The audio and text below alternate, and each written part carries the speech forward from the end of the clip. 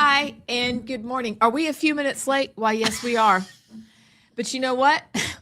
I'm Amy Beth. She's Allison. He's JP. And basically, the theme of the show today is we do what we want. When we want. When we do want. what I want. Not gonna live like this in my own home. Do you want me to play? No, we'll get copyrighted. Yeah, we That's will. so stupid. All right, listen. You know that song I sent you? It was about a year ago. Yeah. It's literally called "I Do What I Want." I love that song. We're gonna play it again. Rosie, I'm bringing this to you when you pick me up today. This is for you. Even though our friend Holly gave it to me, I'm going to give it to you because it's National Hot Dog Day. And we're going to eat hot dogs. Coffee needs to hit. We first. listen and we don't No, judge. I love the hot dogs. So this Wild is game. you're going to be your hat, baby, today. All right. So that's my announcement. And then Allison has a quick announcement as well because we're fun people. I made new friends last night. Really? And as you get older, Do they know you? well, I don't know. They said they're going to watch today. So Then shout they out to probably- Lisa D and her friend. I can't remember her friend's name, her bestie. Text. I bet they loved you. I do. Okay. So we walk. Okay, when you get older, JP, you know, the people that go see Young Washington that you walk in and say, I don't know if I can shit in this theater because these people are so old. They may be wearing the pins and I can't stand it. Like and your kids are out of the house. You just don't have opportunities to make friends that often. So you got to get a little creative, which is why I started playing golf. And anyway, then I started playing mahjong. And we have a friend here in our area that does mahjong nights. She rents out a little coffee shop room. What? Yes, you know her. Allison. Do you want to go? Yes, but I'm going to have to first show you what my brain will do when you're explaining the rules of mahjong. So I'm going to have to do YouTube tutorials if you're seriously It going to invite me. sounds like I saw. Yeah, okay. Because it Like makes that? zero sense. It's like you take ting and tang and you sit down and you try and have a conversation and it just doesn't work. But then Okay. one day it clicks and you're like, I really like ting No, and I'm going tang. to YouTube tutorial it. Anyway. So our friend used to set up once a month, but in the summer when everybody's really super bored, all the old people don't have anything to do, she's doing it twice a month. So last night you just kind of show up and you never know who you're going to be paired with. And these two friends, I was sitting with my one friend that I knew, and then this two friends come in and they sit down and I look at the girl next to me. I'm like, you look so familiar. And she starts talking and I said my last name and she goes, oh my gosh, your father-in-law built my parents' house in Vestavia. And then anyway, and then I looked at her and she was like, wait a second. Okay, she bought our house in Mount Laurel. Stop it. Yes. And you Stop it right and now. you forgot that it was her. Well, that's why I recognized her because we all went to closing. And when we went to closing, we even really liked each other at closing. Oh. And we were like, Of course you're going to buy each other's homes. Of course. So anyway, she starts showing me pictures of all the remodels. This is where we had Connor. He was just a little baby in Jenny's. And we brought Jeb home there from Guatemala. And we did all these things. And so all these memories. Okay, that was great. Then the real fun starts. And I'm like, we need to hang out with these people. And I made a new friend because the rules of mahjong are and they're Okay. hard. Okay. Right. And so we were trying to get Lisa D's friend to remember the rules because she kept breaking the same rule every time. Oh, goodness. Well, the first thing that started is it's called a soap dragon. Yes. Well, Lisa D calls it the soap on the rope dragon. I And I'm love like, that. I this love is her. great. Then you can only put down 3 of a kind with a joker. You can't put down like a single in a line or a double in a line. You have to do triple. So Lisa D's calling it, you have to have a party. But her friend is not picking up on it. Her friend like keeps trying to put down That's going to be me. just the couple. And Lisa's like, you got to have a party. And so we're like, generally 2 people's fun, but you put 3 and it gets really fun. Then we came up with, this is how she'll never forget it. It's a mahjong trois. Allison! She never forgot it again. Okay. So not only did I make new friends, I figured out how to make mahjong not sound like. And then when I left, they said they were going to watch a show, and I was like, not sure if we'll be friends after this. But then we talked about Young Washington. We're going to all go see Young Washington. So it was a big night for Sinclair. I have some fun friends. I am so happy that you, who already has a bouquet of friends, has new friends. And we would like to say good morning. And maybe someday I will be allowed to join you in Maj. Because I really just want a Maj hat and those pretty pastel tiles. I want them. Why and then I want to allowed? get up and I want to walk away from the table like they did in Crazy Rich Asians when she just does the thing to the mother-in-law and then gets up and walks away. And bye. well, stick with us. We will have layman's terms, mahjong for dummies. Could How we you remember the rules. record a video of us, you explaining it to me, and we're going to do a Maj for dummies? That Could would be we do so that? funny. Please. All right. Parkour. Parkour. Running at top speed. And Stop. Sinclair explaining to Shaver the rules of Maj, but she has to do it like soap on a rope. Mahjong. Mahjong claw. Mahjong. You know, It all means the 3. things. Yeah. Could you do that? I would love to do that. Okay. I'm going to YouTube it first, and I may need to get through a wedding, but I really would like Can to we start come with y'all. Hardcore though. Please. We could do parkour today. I mean, Y'all are gonna die. So good. Y'all gonna get hurt. It's so JP, good. just follow us around Just- and we'll start doing parkour You are today. you're gonna be Oh, shocked. the camera's so dark. Oh, You're gonna be shocked at how good we are. I mean, I think I've been training for parkour from a whole entire life. Mhm. And then for the running, we could do that as Wow. well. And we're just going to run from the backyard to the front. So by the time we're in the front, we're at top speed. And he's going to get us just like that. I need to. It's so. Did I send you the video of the girls watching each other run and how they're? Where are we gonna do the parkour? Here. It doesn't matter. We can parkour anywhere. Don't you dare Don't you worry. fret about this one. JP, I'm sending you the I can't wait. Hold on. I got to show you the video of what my brain does as people give me now, once I figure it out, I'm a pattern person. And so I can figure it out. But at the beginning, it just makes no sense. It's I think I even saved bams and one. cracks and dots and dragons and soaps and lines and concealed lines and kongs and quints and it makes zero sense. I can't wait. All right, I'm gonna have It's to save it. Got to be some drunk Asian lady that was like, I'm gonna make up a game. I'm bored. That's what I'm she old. sounded I have like. no friends. I make up a game. Guys, I make up. sometimes things just come out of my game. they just come out I of my turn mouth. now. Good luck, everybody. Good luck, everybody else. I mean, God just let us come out and we speak plain old English, but we really wish we could speak very different languages with Sorry. That's the music bed we want you to use This for is parkour. this made like By the the way. Daily Mail or CNN or something.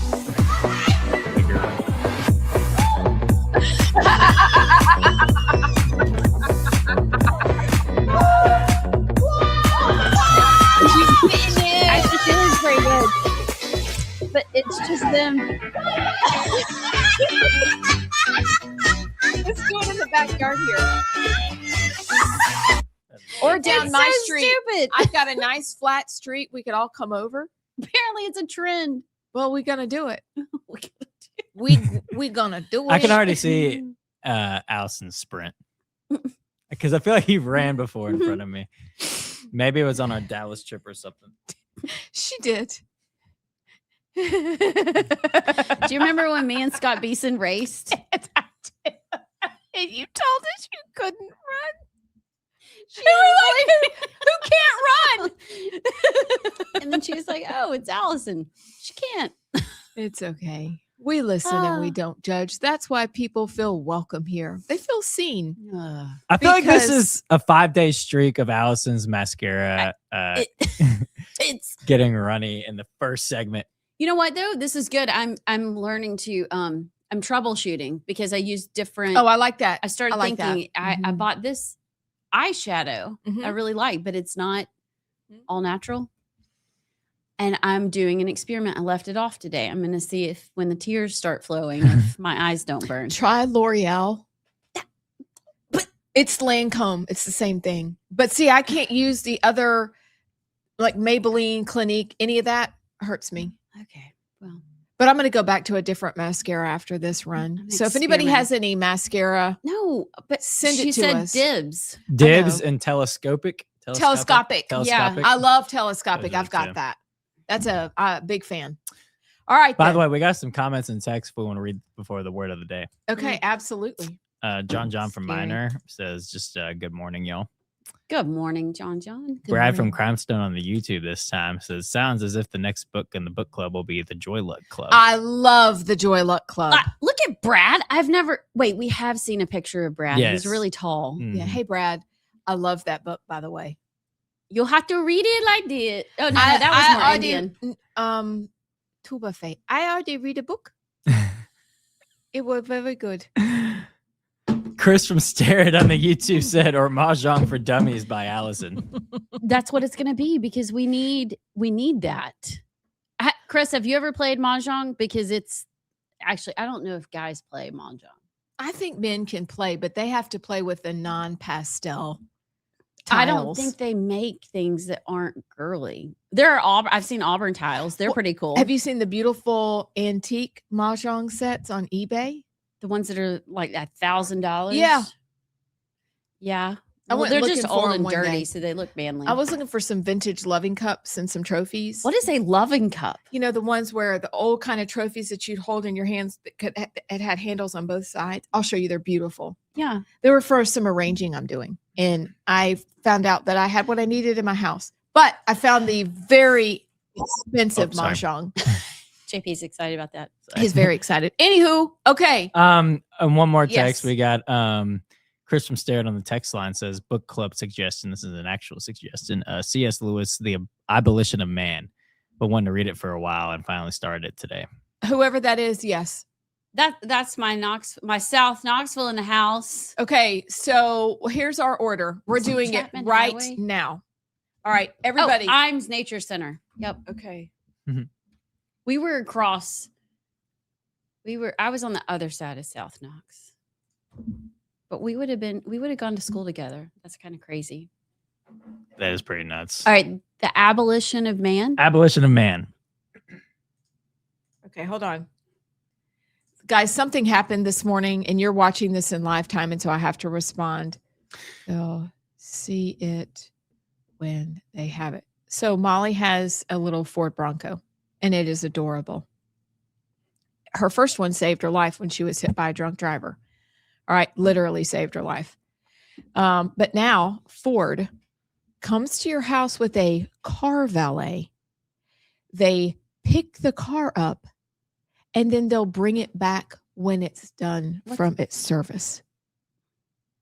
So instead of you having to go wait and lose your mind for 3 hours in the service bay of the Ford store, they come and get your car now. Is that free?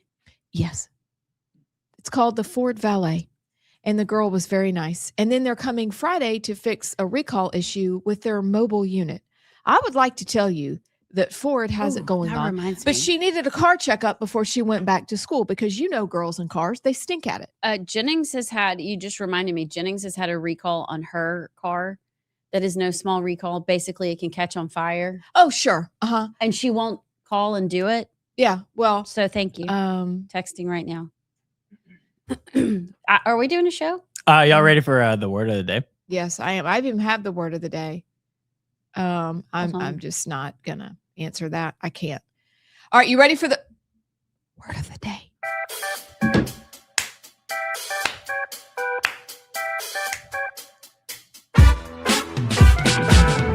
Three, 2, 1. This word is quite appropriate for us, and maybe it should be above our heads. All right. It means liking to talk and talking smoothly and easily. Someone described as this might also be called Silver tongue. wordy or garrulous. Brad, I know you know this word. It starts with an L. It ends with an S.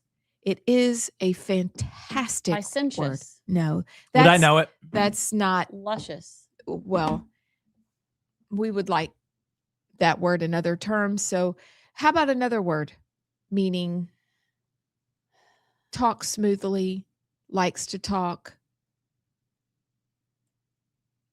starts with an L, ends with an S. Don't know. I'm counting the seconds down. When we get to 10:18, then you Oh, have y'all what are I'm a gonna minute tell- behind. Oh, 10:19. Yeah, we need to reset that Yeah. clock. Libacious. Mm, Is that a word? Lambunctious. okay, no. And loquacious. Oh, Brad got it. Stop. Right when you I said love the word loquacious. loquacious. Loquacious. It sounds, darling, like you would say loquacious. Can you please spell it? Does it have a Q in it? LOQUACIOUS. Loquacious. Mhm. It's like Loquacious, darling. Let's get loquacious, babies. I'll name my daughter loquacious.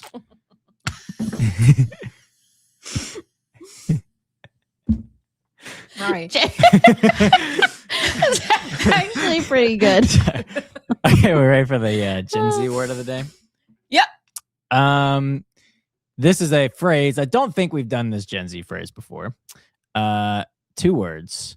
This word or this phrase to let someone know you're talking, to say that you already got their point or the gist of what they're saying, and there's no need to provide any further information or details. Clear. No, it's 2 words. First word starts with an S. Second word starts with an L. Mm. Here's an example.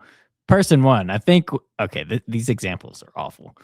Say person 1 says, okay, we're going to lunch at Big Moon at 12:30. Second person would respond with these 2 words to mean they got it. It's a synonym of bet. Okay. Synonym of Straight. bet. Sounds good.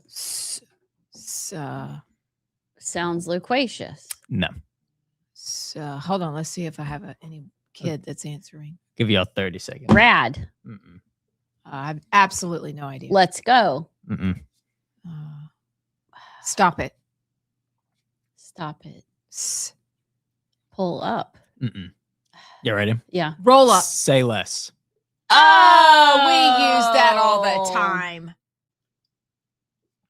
I'm so disappointed in us. I expected Allison to get that one. Yeah. Gosh, our coffee didn't even help with that. No. And we Maybe are we need JP's monster caffeinated. that he is like downing. caffeinated. I'm almost done. Well, this is the monster yesterday that I took about 5 sips of and realized that I've had 2 cups of coffee and I'm drinking a monster now. Oh, and I yeah. think I was with y'all when I go, I think I need to chill. Yeah, it was at lunch. We'll and put you it started to- doubting yourself. We'll put it in the fridge for tomorrow. So that's what this one is. Cute.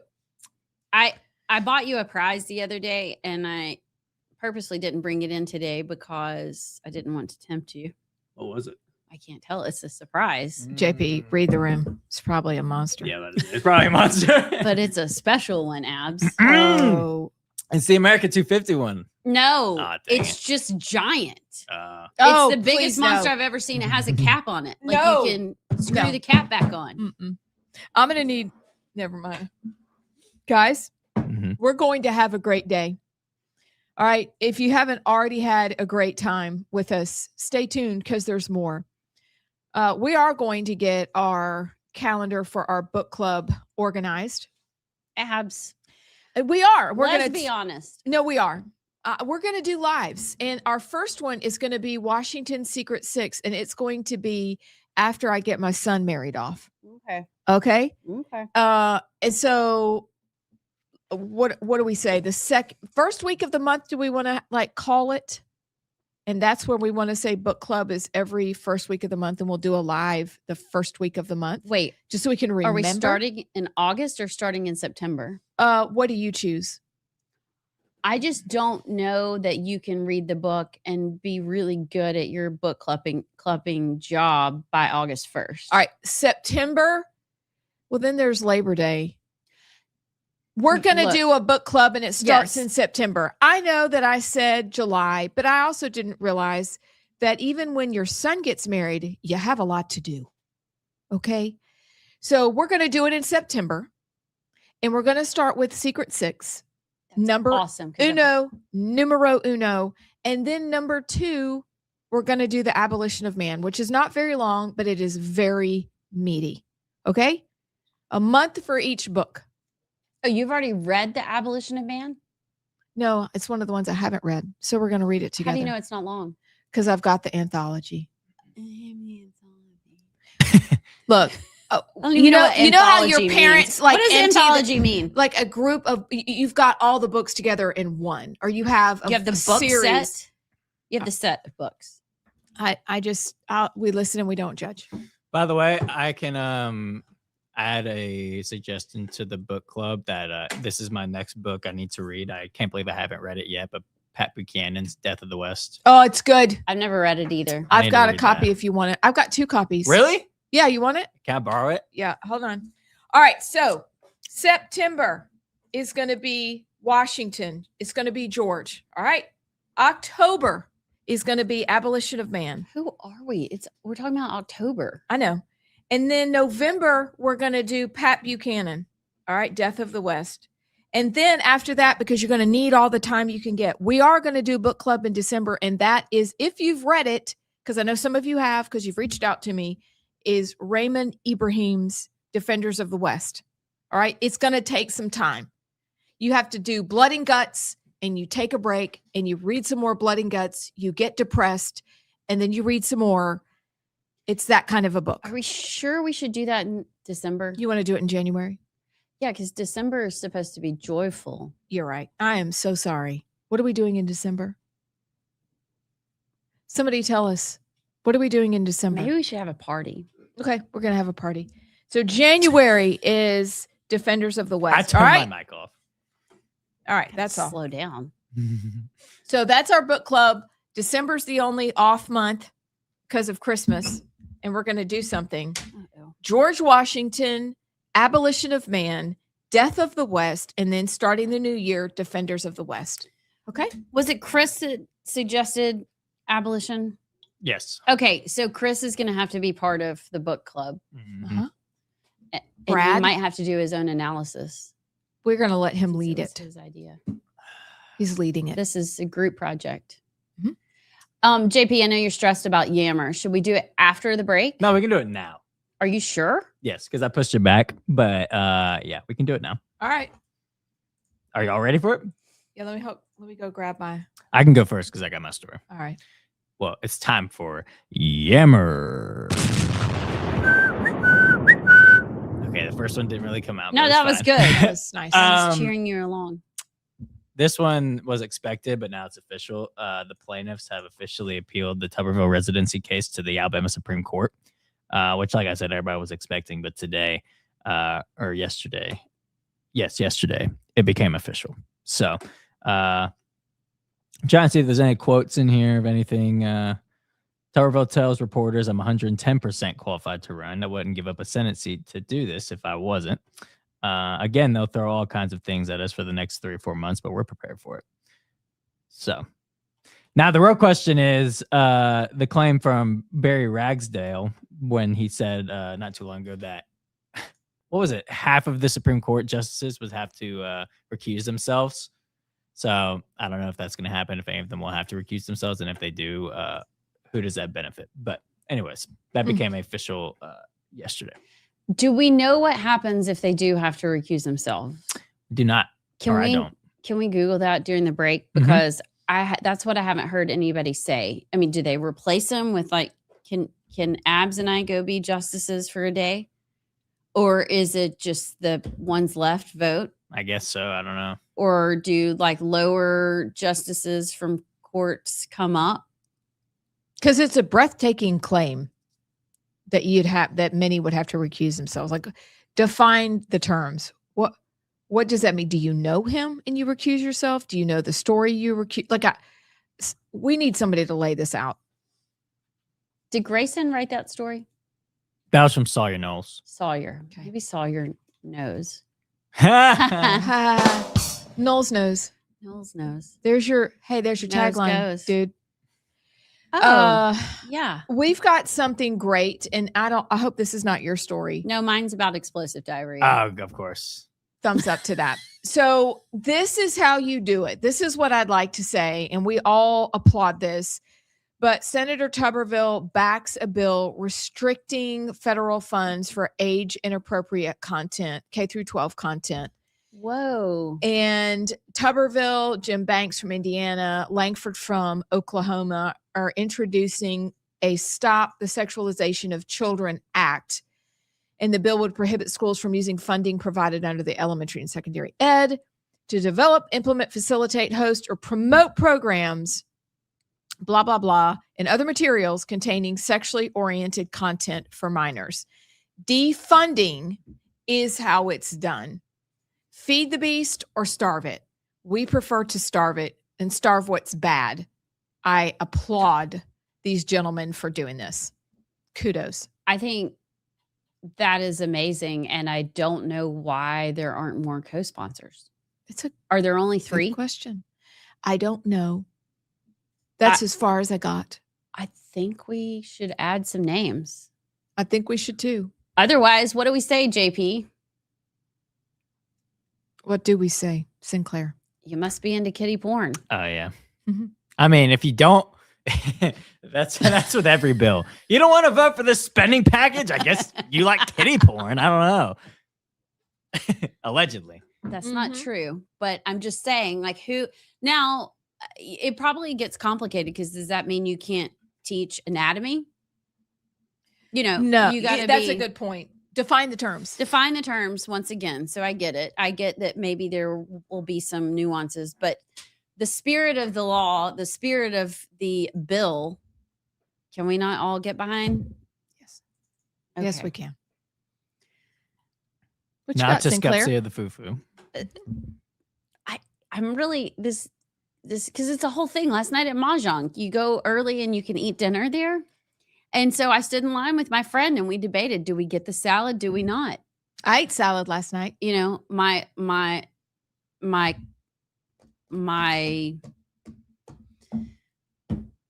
okay.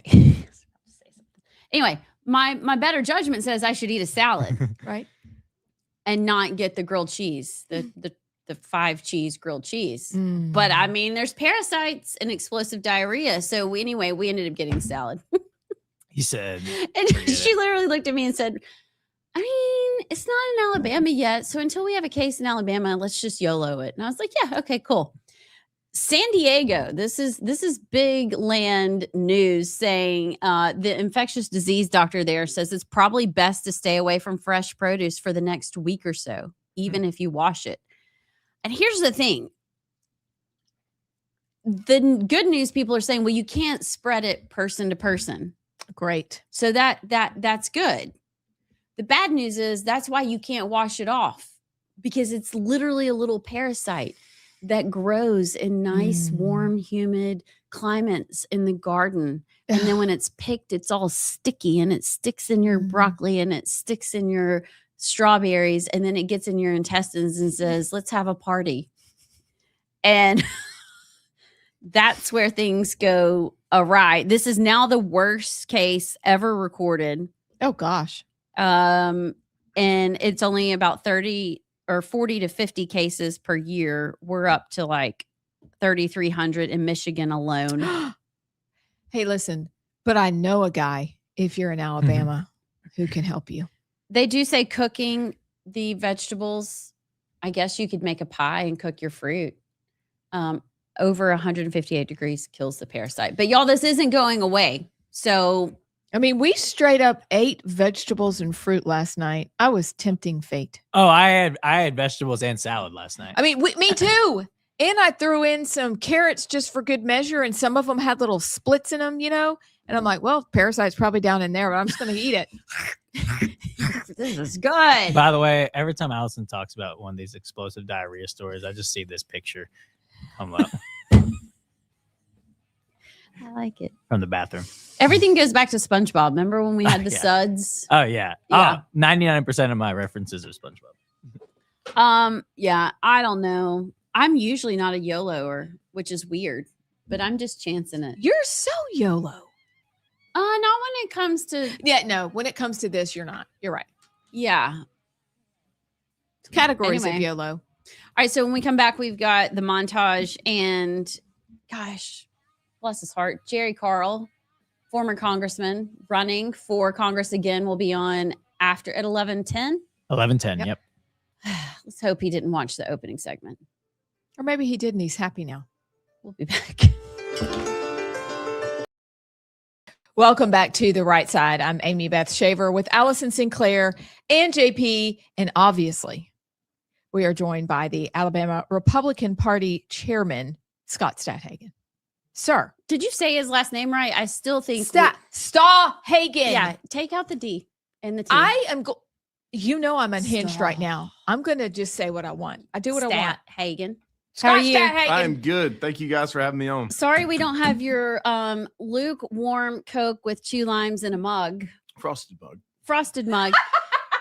Yeah, it's your second time on the show, so we just Wow. all the I niceties did are That's get over. precious. Cold you water. got some water. No, it's lukewarm water. Is it It's cold? cold. Yeah. Yeah, Oh, I JP, put way some to in the go. fridge.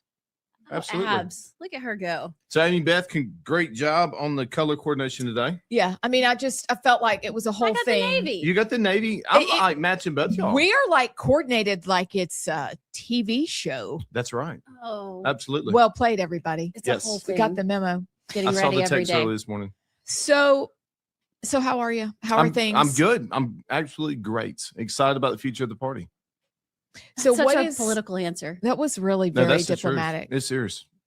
Really? 100%. What are you most excited about? So I will say the convention thrown on us in the mix of us, preparing for our summer dinner was a bit hectic, but at the end of the day, we rolled our sleeves up, took care of business, and we're ready. And probably the summer dinner, you're recognized. Well, before you go into the summer dinner, I want you to talk about the convention because we did a little segment on it. We had the flyer. We were trying to Yes. go through how it all works. Apparently, elections, like we have our delegates, Mhm. those are done. Yes, they're done. Okay, so how did you become a delegate? Because we've never done a midterm convention, or have we? Correct. We have not. So this is new. Mhm. So when you go and you are a delegate, what are you delegating? I think it's like a rally. It's a fire the Oh, base okay. up rally. Okay. There's no votes. It's just a Republican rally. So it's your Okay. core to people. Correct. And then you can go, can just average Alabamians go and They- attend? They can't attend the actual convention, but they Okay. can go and so the first night we're having Alabama night at South Fork. Y'all know what South Fork is for the record? You mean the house in Dallas? Bum, bum, bum, bum, ba, da, da, da. Whoa. What you don't know What? about Dallas? Well, I do. I know about JR, but I didn't know what their house. Like, I was a little young. Look, I wasn't supposed to be watching it at all, but I did. So it was scandalous. Oh, so You're going to the scandy. Dallas house? Super scandy. That's where Alabama night is at South Fork. How did I you score that one? As soon as I heard where it's at, I literally said, Annie, we got to book South Fork now. Okay, excuse me. Are we allowed to go? Yes. No, we can't Yeah. even go in the You can go park. to the We party. can't. Oh, we can go to the party, but we can't the go to party. the. We can't go to We the. could do a show from South Fork. I'm liking that. Oh my gosh. Yes. Could I walk down the stairs Actually, like You I'm have to Joan wear a cowboy hat, Collins? though. Okay. Okay. Say less. I mean, that's a little bit better than y'all's 4th of July attire, but What Our if we 4th wear- of July. What did we wear for the July? The Dresses. wigs. are we? Oh, I look I at still all got that- mine in here. Listen, if you need Hey, us that to was a put it really on- good look on you, Thank JP. you. I'm not gonna lie. Thank you. Like you looked legit. I looked like Axl Rose in the 1700s. So we might be going to South Fork. We're invited to that. We're just not invited to hear President Trump speak, right? Well, you should have ran as a delegate. Well, We didn't couldn't know put we We could. couldn't figure it out. Okay, then you can sponsor it if you want to. But really, what you want to do is you want to sponsor the Algop dinner because it's going to be a ton of fun. You have no idea. I'm really excited. I about am it. so excited. And I Tell know everybody everything what's about it. happening. Well, Yes, ma'am. You Where's the- recognize. thank Y'all you, raise sir. your hand Thank like you. we're on the floor. Or It's something. like kindergarten. it's You're more fun that recognized, way. ma'am. Where is the summer dinner? This is at the Renaissance Hotel in Montgomery, Alabama. It's going to be a dinner like never before. If you have attended the dinners in the past, I promise you it's going to be the next level from that. Why do you say that? You say it with a smirk, like you know 'Cause something we don't. I knew all. Yeah, but you should tell us so we all show I up. can't do it. Of It's course got to be you a can. surprise. I want you to be, like, literally, I want your emotions like this throughout the whole entire event. It's going to be a roller coaster. Just like if you're, Are people like popping out of cakes and crazy Hey. stuff? we'll see. We'll see. I'm telling you, you will know within the first 5 minutes. This is like This is different. this is it. This is it. This is the dinner. If you were going to start coming to summer dinners, This is the one. this is the dinner. And then the Mhm. guests that you have Yes. are phenomenal. Yes. Yes. I mean, I'm so I don't pumped. know if people realize the jewels that you have Mhm. with Tim and with Brandon. Come on now. Yeah, I mean, we got Coach Bruce Pearl And you've coming got in to Coach. pump everybody up, and then Stop. then we got the other coach as well. So we've got a lot of Auburn on the stage. I'll admit that. I'm an Alabama guy, There's nothing wrong with that. but Hello and welcome back. You know what time it is now? Before we get to Jerry Carl at 11:10, and then hot flesh news after that. It's time for. and the Muslim Minute. Oh, did you get all the things I sent you? Yes, we can do a Muslim Minute from 11 to 11:10 before Jerry. Okay. After our podcast yesterday, and we can't wait for you guys to see this. We trust that you will learn as much as we did, but also be horrified. But we still have a chance. And so we can't wait for this to come out. Go ahead and tell them who we had on because JP put out pictures. And I don't know if you said who it was. I did. I tagged him Okay. on Twitter and all. So his name is Jason Bartlett. You may follow him. He's the South African farmer who moved here because his country is a hellhole. And you just need to stay tuned for what has happened to some of his family members, what's happened to the people of South Africa. It is horrifying, but it's also instructive for us because it is simply, regardless of, it is good versus evil. But when your government has been given over to complete evil and complete corruption, you got to go. And so he has a million stories, but he's been retweeted by Elon Musk. He hasn't met the president yet, but he's been to the White House. He was with John Rich earlier this week. Mm-hmm. He has a lot of followers, but he lives in Alabama and he loves America, but he offers every day warnings and thoughts. And you need to hear from him because we too need to be on a mission. And that's why we are doing Muslim Minutes every day, because we may be in on information, but it does us no good if we're the only ones who found something out and you don't know. But in order to stop what's happening in our country and move forward in complete freedom, there are steps we are going to have to take right now. And that starts by becoming extremely educated on what's actually going on. And nothing's hidden anymore. They're not hiding. The Muslims are not hiding what they're doing. But some of us are still hiding our heads in the sand, and we can't afford to. We just can't. So watch for his podcast. It's coming. And then pay attention, and then like, share, subscribe. When we do videos, go share them with your friends. When you see something that you think we need to know, share it with us. But we've got to spread the word, you guys, no matter how uncomfortable it is. What's going to be even more uncomfortable is not recognize the country we live in because we didn't do what was right when we could. Fair? Yeah. And I think I'm hoping the most refreshing part for me, and this is right after I posted on X, it was a Muslim imam saying, Muslim men do not apologize for jihad. And that was kind of the theme of this whole talk he was giving. We don't apologize for who we are and what we believe in, even when it means killing people, basically. And sitting down with Jason yesterday with what he's been through, we're still so nice. And especially men. We need men leaders and men to step up. And he spoke so plainly. He didn't apologize. He didn't qualify. He just said, this is what we need to do. And it might be a little offensive, or a lot offensive. It kind of, because we're not used to hearing people talk like that anymore. But then you got to catch yourself and go, wait a second, why am I upset? Because maybe he didn't say it the way I wanted him to say it. Meanwhile, they are literally setting 12-year-olds on fire and raping 80-year-old women in front of their husbands that they just are about to kill in South Africa. But we're upset about, should he have said that word? I mean, I don't know. And the other part that I caught myself, Allison, was thinking about yesterday and again today, because we did talk to him about his directness, is when we soften what we have to say or we hold back, then how many times have I ruminated on it and I thought, I just turned myself into a liar because I was fake and I didn't say what I actually thought. That's humbling. And I got upset with myself because I thought I can't. Yes, there's a time and a season for all things. But we're dealing with huge issues when we're talking to Jason, and we're also dealing with them here. And we're dealing with the people group here that see women as meat. That's what they say. And so we've got to deal with it, and we've got to learn to speak plainly, not Southernese, plainly.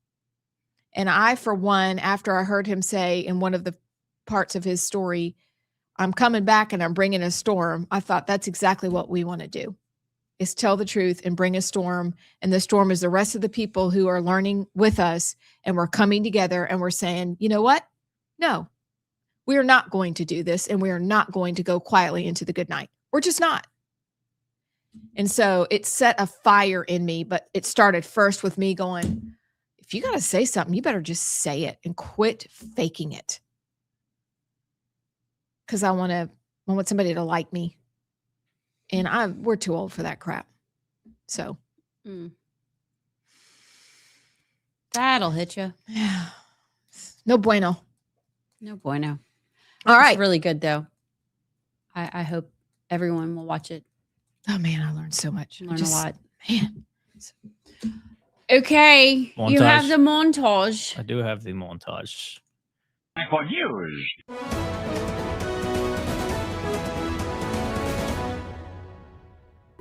Machines and integrity. Can you give us sort of a sneak peek about what to expect and tell the Well, I'd audience rather in save America- it. It will concern that subject, and we'll have a couple of other things to Why say should people also. watch, though? But I'd rather save it, but it's really big news. Between here and there is a bunch of Algerians and Moroccans or whoever who think that queer people should be beaten. I think that this system where you have people just living out here that are unhappy is not good. Yeah. Do you think it's safe here? No, I don't think it's here. Oh, it's scary. It's legitimately scary. A gay couple in Canada is suing their surrogate because the surrogate refused to abort the baby when they requested it. Their baby is now 2 years old, and they demanded that the baby be aborted because it had a minor birth defect and a cleft lip. According to the lawsuit, the parents are claiming the surrogate didn't adequately keep them informed about the baby's health, put the child at risk, violated confidentiality, and caused them emotional distress. Is almost on your side. The House passing the Sunshine Protection Act, which is a bill that would make daylight saving time permanent.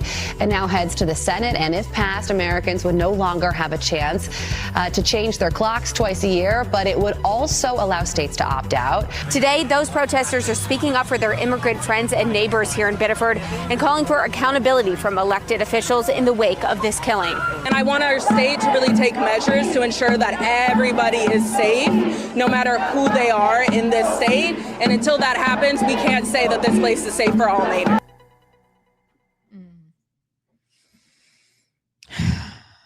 Did she say all natives? I think it cut off what she was trying to say. All Maine. Mainers. Mainians. I don't know what you would call citizens of Maine. I think that's what she was saying. Mariners? Yeah. Okay. All right. By the way, to give some background on the clip of the transgender, and I think it was so this American man, this is a tweet from Libs of TikTok. This American man pretending to be a woman fled the US for the Netherlands for asylum. Now he regrets it because of all the Muslim migrants who violently target him in the Netherlands. So that's what he was expressing, how it's so unsafe, and that's not even in a Muslim country. I was going to say that whole title doesn't make any sense. When you think the Netherlands, do you think Muslim? No. But there's enough Muslims there to make him feel uncomfortable. Him? It's a him, thinking he's a her. Okay. Yeah. Even though he's really tall. So he fled the U.S. for the Netherlands for asylum. I guess asylum to be accepted with his. The whole story is twisted and messed up, but it is an ironic story. It's like a Babylon Bee headline. Yeah. It's literally a Babylon Bee headline where the headline tells all: American man flees to Netherlands for asylum to be transgender and feels unsafe because of Muslim migrants. Like, the whole story is just, it's amazing. Imagine being so unfamiliar with the truth that when the truth of what Muslims believe, which is that, I'm sorry, this is the truth, they believe that you should not be gay or trans or whatever that is. And if you are in their country, if you were in Pakistan, Afghanistan, etc., you will be thrown off a building or just murdered. And imagine being so drunk on yourself that you didn't even bother to find out what someone else and their culture believes about you. Like, you don't even know. And he was like, this, I can't believe that system. What system? You fled. The consequences of your fleeing takes you to a place and interactions with people who think you should be dead. They don't care what you think. But you didn't do your homework and you have no idea that was going to happen to you. Isn't that the story of the whole situation, is being so insulated into your, I'm very, very, very, very, very, very special and nobody can ever come against me because I'm trans. Yeah, and why does Islam constantly get let off the hook by liberals when it comes to their beliefs on homosexuality? It's always Christians that get the most hate from the liberals about not being accepting. They know that we won't kill them, but Muslims will. Underneath it is fear. So let them go. It's true. But you can't. No, there's no, ignorance is not a defense. But I'm sitting here thinking, for that man, a really ugly fake woman. I mean, not even a good tranny. Not a good faker. He's been lied to. And it's on you if you believe it. But think about when you surround yourself with that culture, you're so indoctrinated, and they've told you everybody else is lying. You naively go and might come back a straight white male Republican. Loving America. It's just, it's stupid. I cannot, when I read headlines and you play clips like that, JP, I cannot believe we are actually dealing with this crap. Like, legitimately having news stories about this. Well, it's upside down world. It's bizarro world. It is bizarro world. It's funny. I came across, remember a couple years ago, we laid out the foundations of transgenderism. I mean, like, it goes way back. We get it. But remember we talked about John Money and the perverted man who started it all, just a complete sex depraved lunatic. We need to do that again. I've got it saved on my phone. You know what? We could even do it tomorrow if you want. But we probably should plunge on that because people need to know or be reminded of how this all started. He was a sex therapist, and didn't he take twins and try, and he just ran experiments on these twins? Well, one of them had Oh a my gosh! And then they circumcision end up go killing wrong. themselves. Yes, they both committed suicide. Yes. Now, Holy look, the cow. roots go way farther back than that. But this John Money story is worth repeating because if you don't know the whole story, it's mind blowing. But it goes to the fact that the people who are creating these ideologies and blessing people in their mania, you need to know that they're depraved from the start. There's nothing normal about this. And so imagine, you're right. We're in the upside down. That's what I'll say. We're in the upside down. And there's no part of us that is ever going to go along with that. But think about it. Churches got lured into calling people by their pronouns and by their preferred pronouns. Do you remember that? Like when some of our kids were in college, that was the thing in churches. So we need to quickly explore the roots of What that. if that counts in Tuberville's K-12? If you like sign off with your pronouns. Oh, afuera. Afuera. Probably. Let's the story about the gay couple suing the surrogate for not aborting their baby. Let's save that for after Jerry, because I got so many layers of thoughts on that.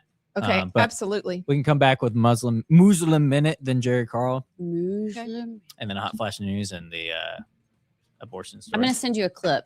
Okay. An Amy Coney Barrett clip that I think is going to explain it all. Yeah. We'll be back.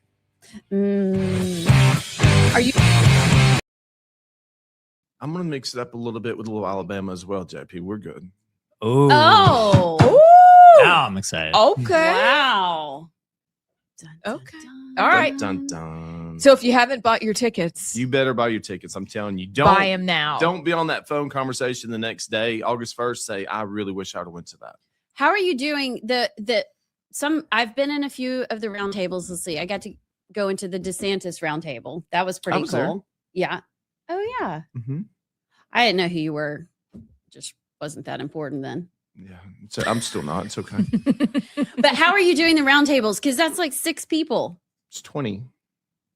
20 people speaking? 20 people in the round table total in attendance. No. I mean, how are you? Are you Oh, going so to we have have- 6 we have- different roundtables? We have 3. Okay, so how Yeah, are you? so- if people want to go hear someone and get one-on-one, I mean, that's the crazy thing.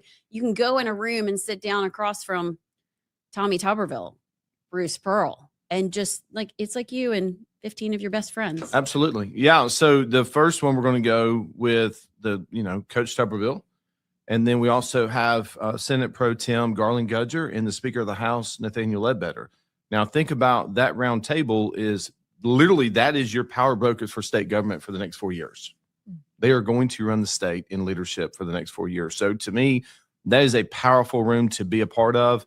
Next of that, we've got Coach Pearl with Congressman Tim Burchett, which that's going to be also inspiring, but also entertaining. I think If I'm going, I'm choosing that one. Like by far will be the funniest and the most fun and most entertaining. Yeah. And so, I mean, you've got, Coach is serious and then you're going to have Tim Burchett is just a comedian, hilarious, but he's a passionate conservative. Mm-hmm. And then the next one we have Congressman Brandon Gill with Brylan Holohan. Mm-hmm. And both of those really guys they're young, but they're good. Solid. They're so good. And like Brandon Gill, I had someone said, who is that? So I was like, just started sending them different reels of him in committees and he was just slaying it. And they were like, oh my goodness, I'm looking forward to this guy. Yeah, he's incredible. If Like you- follow Yes. all of them if you're not. Yeah. Oh, absolutely. Brandon Gill, seriously, y'all, if you haven't watched some of his, and I don't know who comes up with these like one-liners, but you can sit there and watch the smirk on his face as he is just roasting these liberals. I mean, it is the most joyful thing you'll see. If you need to be encouraged, watch the way with surgical precision he does indeed chop people up. It is like watch it, learn from it. And he's going to be there. Like good. Are we learning the secrets of Amy Beth in the show now? What do you mean? Oh, Have gosh. you watched it and learned it?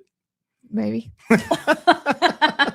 That's what I mean. He even down to Coca-Cola. Did you see where he was drilling the SNAP lady? He was like, "Stop! What is nutrition? Is Coca-Cola necessary for nutrition?" Oh, yes, I did. Anyway, he just is funny, and he has this little smirk. I'm excited. I think it's going to be fun.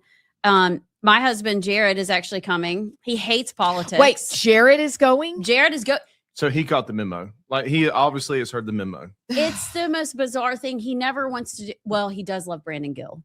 Don't be offended. It's probably not you. It might be Garland, but I think he does want to hear Brandon Gill. But he is signed up, ready to go. Would you put like a cutout of me? She's not going to be here. My son's getting married, and we're hosting the rehearsal dinner. Okay, I accept that excuse. Like You were definitely so excited for him, but this event is popping off. How can people get tickets or sponsor or do the things? Yeah, so go to our social medias, our Facebook page, to the Republican Party. We've got links all over the place where you just click. If you want to do a sponsorship roundtable, you would call Annie in our office. Okay. And you used to look it up online. Okay.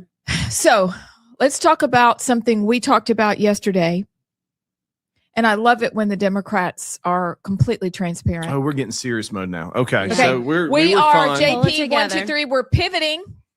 Oh, I wasn't ready. We're pivoting. We have the friends. When Ross says pavat, you probably Yeah, he can't hear with the headphones. you can't hear it, but Well, I guys, need speakers in here. Yes, I would. JP, could you? I need to know the. I've got a really good speaker at my house.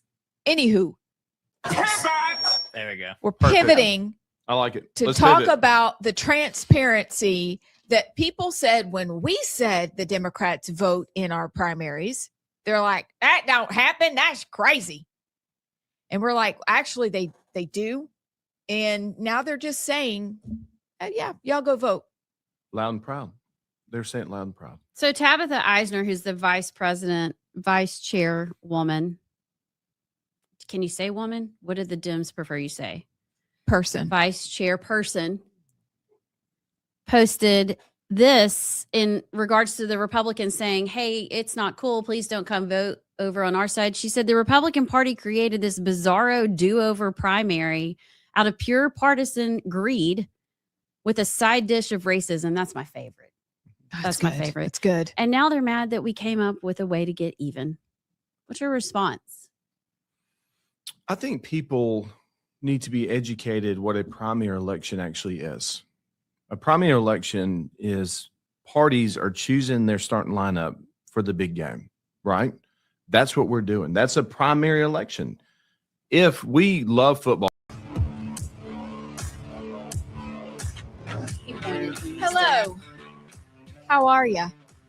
Hope you're having a good Wednesday so far on this very important National Hot Dog Day.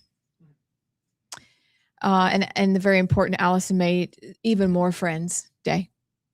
It's a great day.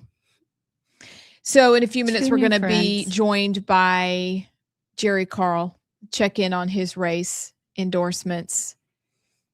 Allison's, as usual, got some good questions for him. But before we do that, we are going to do something we've started, and who knows how long this will last. But JP, what do we got going on?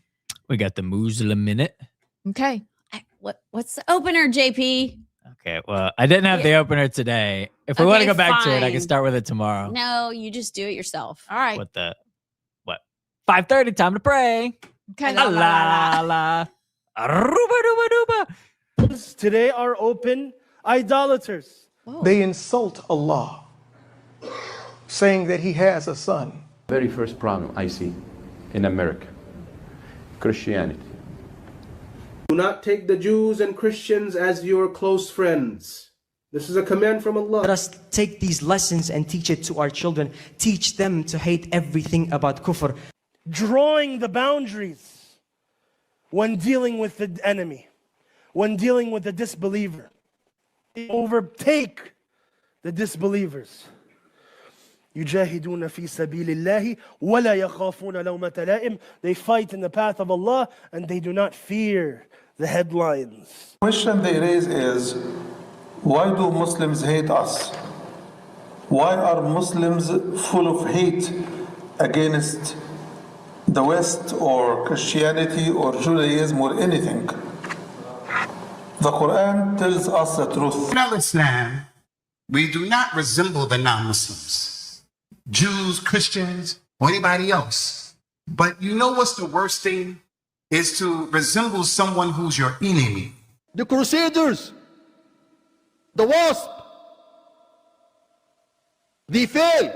الصليبيين الحاقدين المجرمين وخونة حكام العرب والمسلمين اللهم احصهم عددا واقتلهم.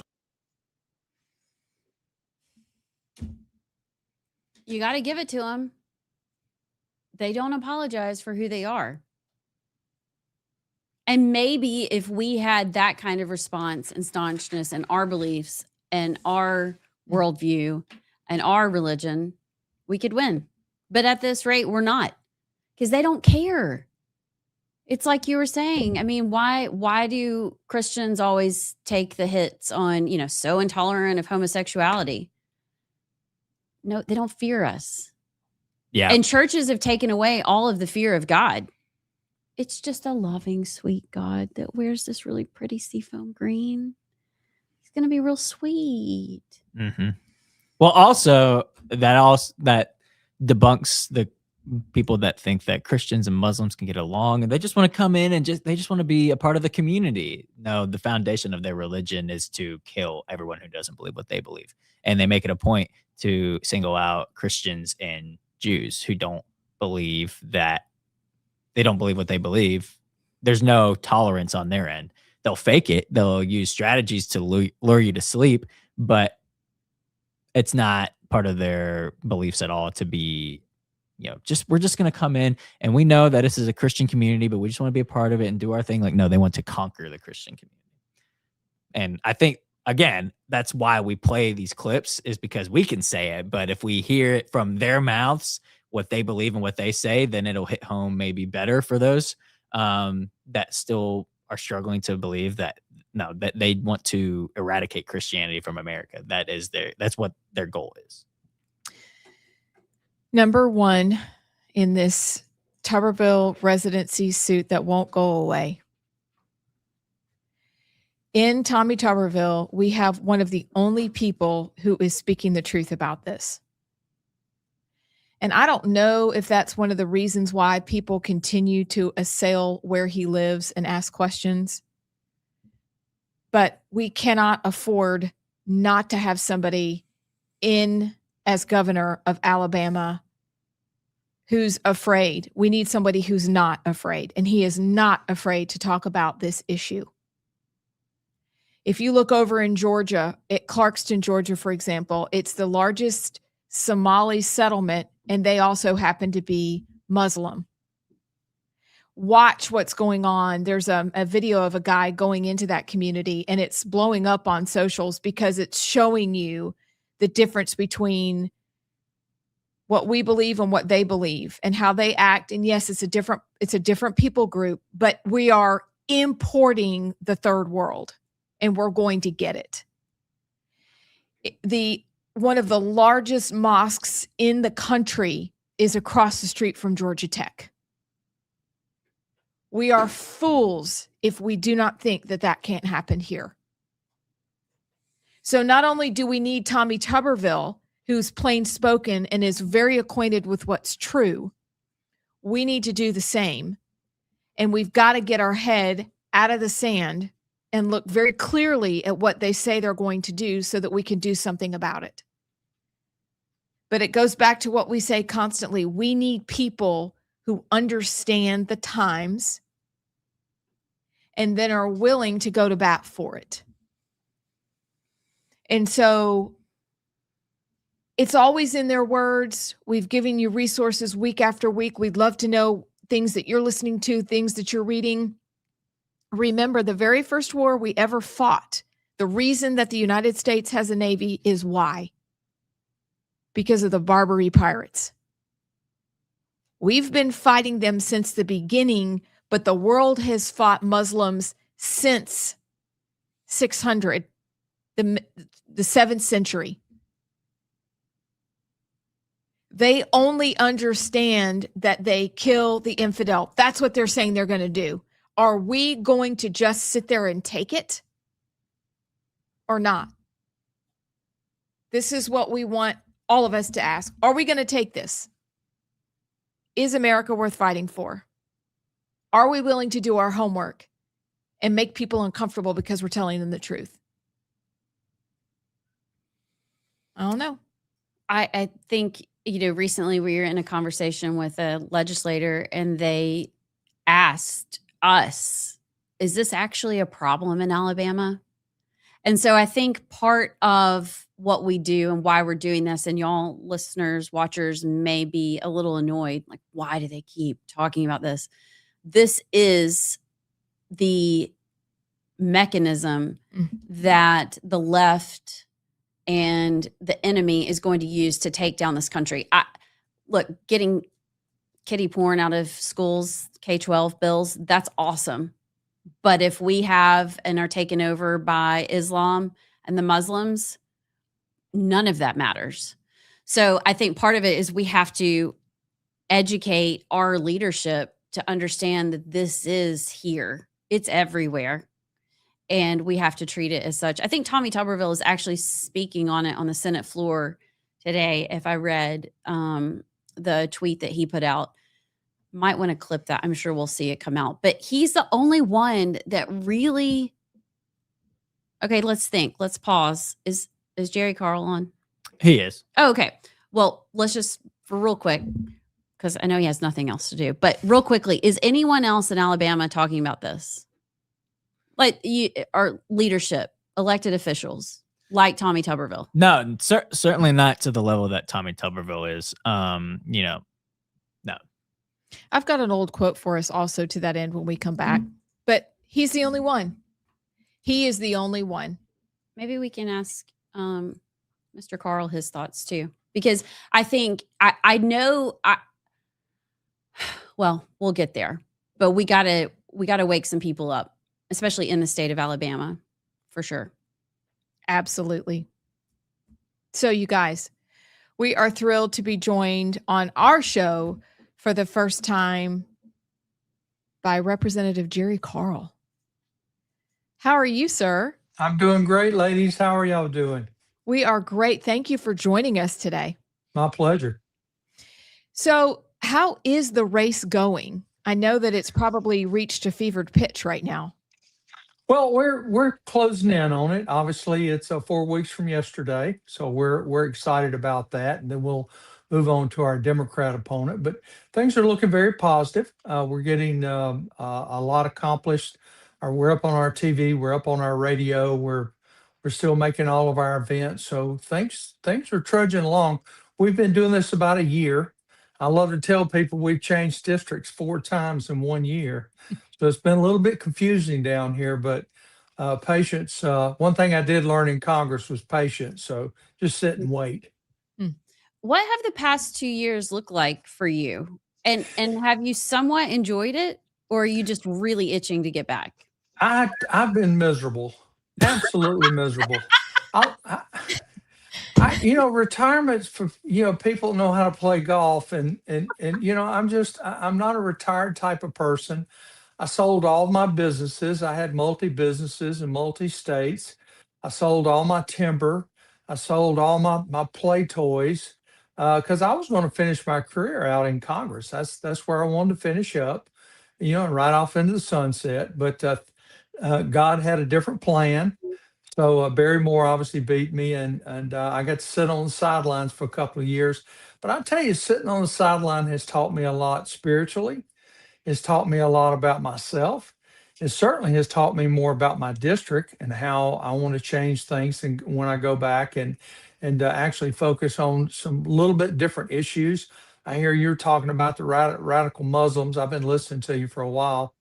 And we that's something I'll be more than glad to talk about. But those are some of the things we've got to go back and pick up where Coach has left off. I talk to Coach quite frequently. I was on the phone with him yesterday for about an hour, so I understand the way he thinks. He has a platform that most of us do not, and that's the key. You'll probably have, if you lined a lot of the state legislators up and ask them the question, you probably get a positive response on how they feel about this issue. But but the campaign itself is looking great. I don't want to get distracted from that. I appreciate you asking. We're ready to get back at it. I love campaigning. I'm one of those sick individuals. So Yeah, that's not normal. I know it's not normal, but I love it. Other than raising money, I hate the raising money part, which we all have to do. But meeting new people and seeing old friends that have helped me and followed me throughout my political career, it's been very it's added a lot of self-worth to myself, because when you lose, the phone quits ringing, Mm. and all those people, they have to move on with their lives. I get that. You miss them. I'm curious Yeah. though, you're going into, I mean, when you left office, Biden was leaving office, you're walking into, if you are elected, a Trump administration, Dear God. Republican majority in Ugh. the House and the Senate. So does that change your strategy? Does that change your priorities? What does that look like compared to what you were in before? So the whole time I was in office, we were constantly playing defense. We were trying to figure out ways to stop the Biden administration. So it was pure defense. The first 2 years was COVID. It was a lot of things. They had control of the House. Of course, the second term, we had control of the House. But getting things through the Senate is certainly a challenge. We fight the Democrats, then we fight our own senators. But that's the way it was designed. It's designed to be tough and complicated. You listen to these radicals, they're talking about doing away with the presidency and all of it. They have no idea what that would take as far as taking it through Congress. They have no idea. It'd be 10 lifetimes to get that pushed through. But it is an experience that I would encourage political life to everyone to try. We all have got things we can do, maybe not in Congress. I think the most important elected positions are local. I think your city councilman and your judges, your county commissioners, those are the most important people you're going to elect, because those are going to be the people that will move up into your Senate seats and your congressional seats and your Supreme Court judges. I mean, it's important to get it right the first time. So going back in, knowing that there's freedom, what are things that you would like to accomplish? There's several things here in the state that we need to accomplish. Coach Tuberville and obviously Katie Britt has just helped us raise money through the Trump administration for the bridge project. Now, I know you ladies live in Birmingham, but we have a bridge down here that, for example, I have a meeting at 5 o'clock across the bay, and I will leave 2 hours early because I know I'll spend 1 hour sitting on the bridge. It's just common down here for a 35-minute drive. I'll book in 2 hours. So obviously that's not going to be enough to finish the whole project. So I've got to work on that. On natural resources, I keep my seniority when I go back in. And I was told I go back in on appropriations and natural resources. And Mobile and this district is so rich in natural resources. Most people don't understand the state of Alabama, just endangered species. We've got so many different types of animals and creatures in this state that most states don't know of. Obviously, our pine trees, our tree farmers, that's important. But the water systems in the state of Alabama are huge. So from a natural resource side, I'm constantly trying to find ways of keeping that open, but environmentally safe. And then you got the Gulf of Mexico. That's part of my responsibility also. So you're talking about snapper fishing, or you're talking about oil rigs out in the Gulf. That falls under my domain also. So I'll work on that. Appropriations, we'll go back on appropriations. There's some things that we need to get done there. I want to take that DOGE report and do a back dive into it. The DOGE report pointed out where the big problem was as a whole, but you've got to start taking that and dissecting it, because a particular department may have some real abuse problems, but some of it may be good. So we've got to take the time to go back and take that DOGE report and actually go back through.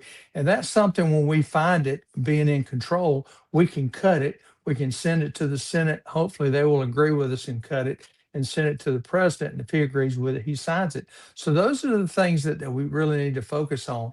And also, these last 2 years of the Trump administration he's got to have people up there that are willing to go to bat for him, because the laws and the regulations that he's put in place now can easily be changed unless you've got it voted in and quantified, I think is the right word. If I bet you one of y'all can straighten that word out for me. She's her, But her wordy. Quantify is good. it's close enough. Okay. But you because we'll take some real hits on that. The business community will be mad at us because we voted to firm up, some of his tariff stuff. And, everyone will be upset with you. And those are hard decisions as an elected official, because you got to come back and face your folks. So it's exciting for me. I got this big grin on my face for a reason. The idea of going back in and serving under Trump. I thought I was going to do it the first term. I actually spent time with Trump, thinking we were going to, win before the November elections, obviously. So now I get to go back and actually do it. Do you think that you'll go back with a Save America or a SAVE Act in place? I can't imagine under any circumstances why the Senate will not pass that. Mm. It's just common sense, and that's one thing that's missing so much in DC. I mean, I get credited for using common sense when I look at stuff, because I think common sense is pretty uncommon these days. But that's an easy one. If you're not an American, why should you vote? Yeah. And I hope they get it passed before I get back up there. I think the House has passed 3 or 4 different versions of it, and the Senate's where the breakdown is. So in talking to Coach, he was very positive about the Senate races. He kind of went through a punch list with me yesterday of who he thought was going to win, who he thought we may lose a seat or two and pick up more, and that's positive. So I sound like Allison. I have many questions, but could we just for a second, because you received some pretty big endorsements for some people that Sinclair here knows well, but could you talk to us about Islam and the things that Coach has said we appreciate very much, but what are some other ideas that you might have that we can do to combat it in Alabama?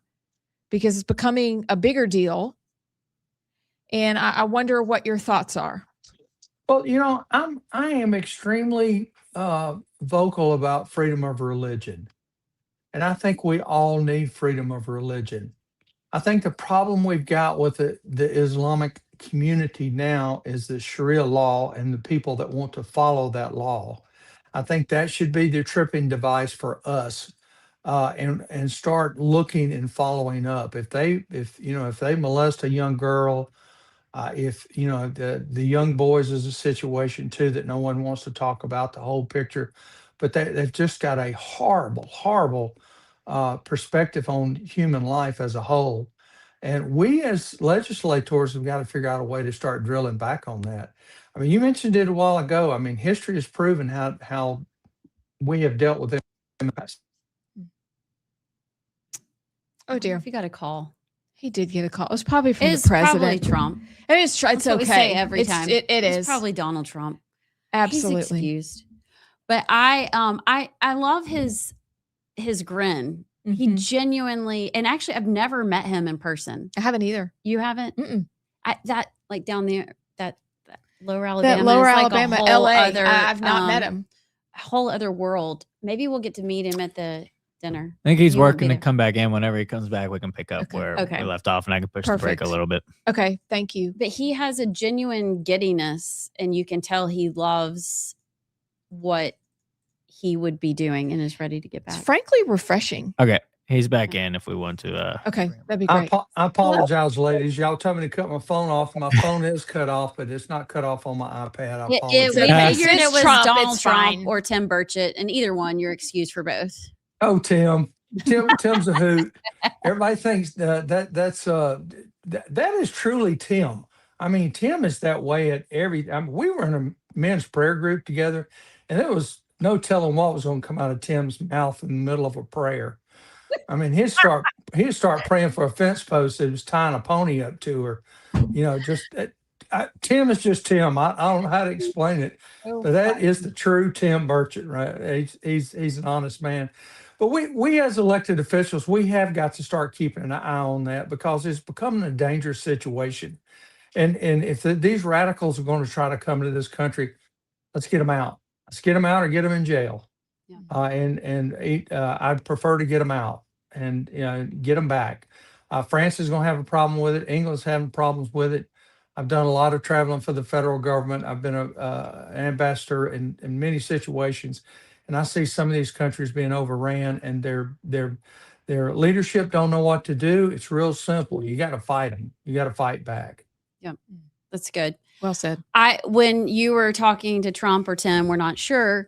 We were talking about that we've actually never, I don't think either of us have ever met you in person. So I'm assuming you'll be at the Algop dinner at the end of July. And I will. And my table companion is going to be Bruce Pearl.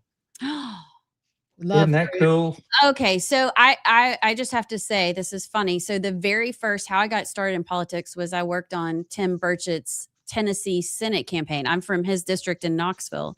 Okay. And it's funny because he is the exact same Tim Burchett that he was back in 1998 when I first met him. He has not changed at all. He's hysterical. But I also graduated from the University of Tennessee, huge Bruce Pearl. Well, now I'm an Auburn fan.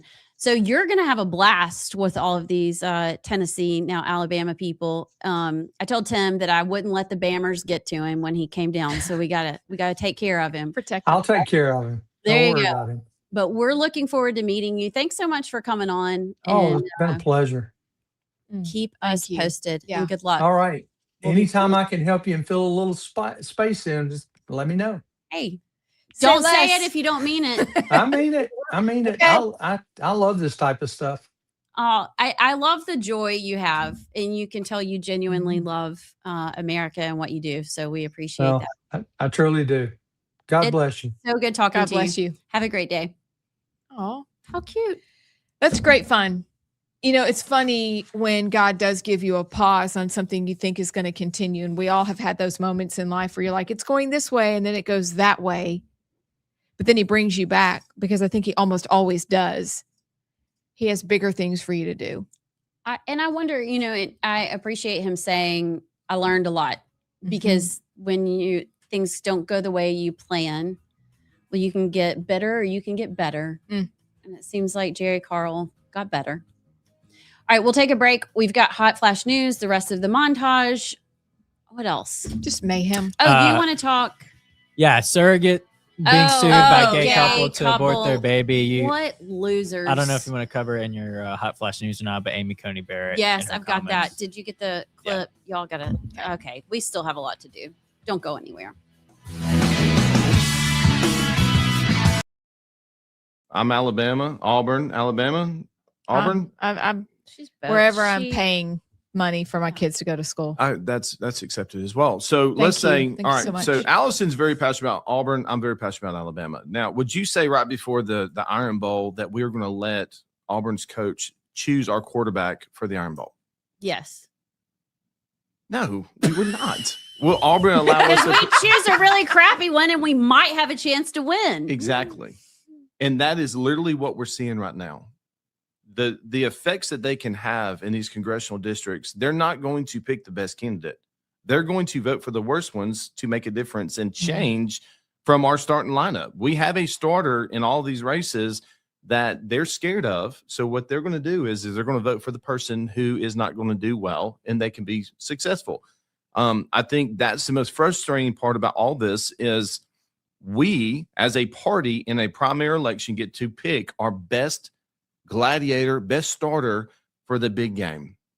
And now they're meddling in it. And this is just, and like, it's so frustrating. We had that during session and people would say, well, y'all should pay for it then.